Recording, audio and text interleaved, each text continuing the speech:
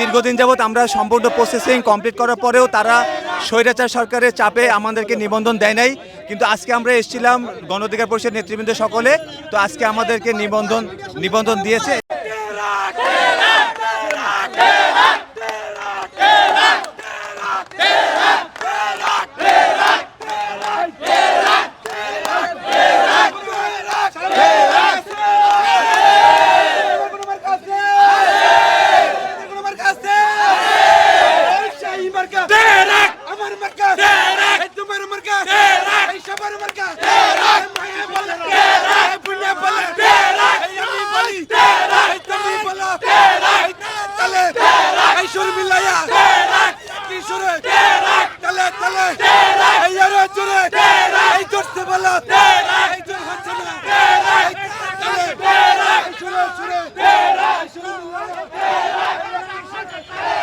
বাংলাদেশে যতগুলো অরাজনৈতিক রাজনৈতিক দল আছে যাদের এই মুহূর্তে নিবন্ধন ছিল না, 2024 সালের নির্বাচনের আগে যাদের আবেদন করা হয়েছিল নির্বাচন কমিশনে, সেই আবেদনের প্রেক্ষিতে যতগুলো দল নিবন্ধন পাওয়ার যোগ্য ছিল তাদের কাউকে আসলে আওয়ামী ফ্যাসিস্ট সরকার যারা ছিল, বিগত সরকার, সেই সরকার নিবন্ধন দেয়নি। তার ভিতরে সবচেয়ে ভাইব্রেন্ট দল ছিল গণ অধিকার পরিষদ। কিন্তু গণ অধিকার পরিষদকে সরকার তাদের সাথে লিয়াজু না করার কারণে আপনারা জানেন যে বুইপোর দুটি দলকে নিবন্ধন দিয়েছিল, গণ অধিকার পরিষদের নিবন্ধন আটকে দিয়েছিল।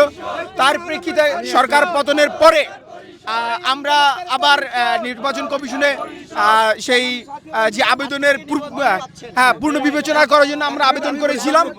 আলহামদুলিল্লাহ আমরা আজকে নির্বাচন কমিশনে এসে জানতে পেরেছি আমাদের পূর্ণ বিবেচনায় যে আমাদের যতগুলো ডকুমেন্ট ছিল সাবমিট করা ছিল সেগুলো তারা আবার চেয়েছে, আমরা সেই ডকুমেন্টগুলো আবার দিয়েছি।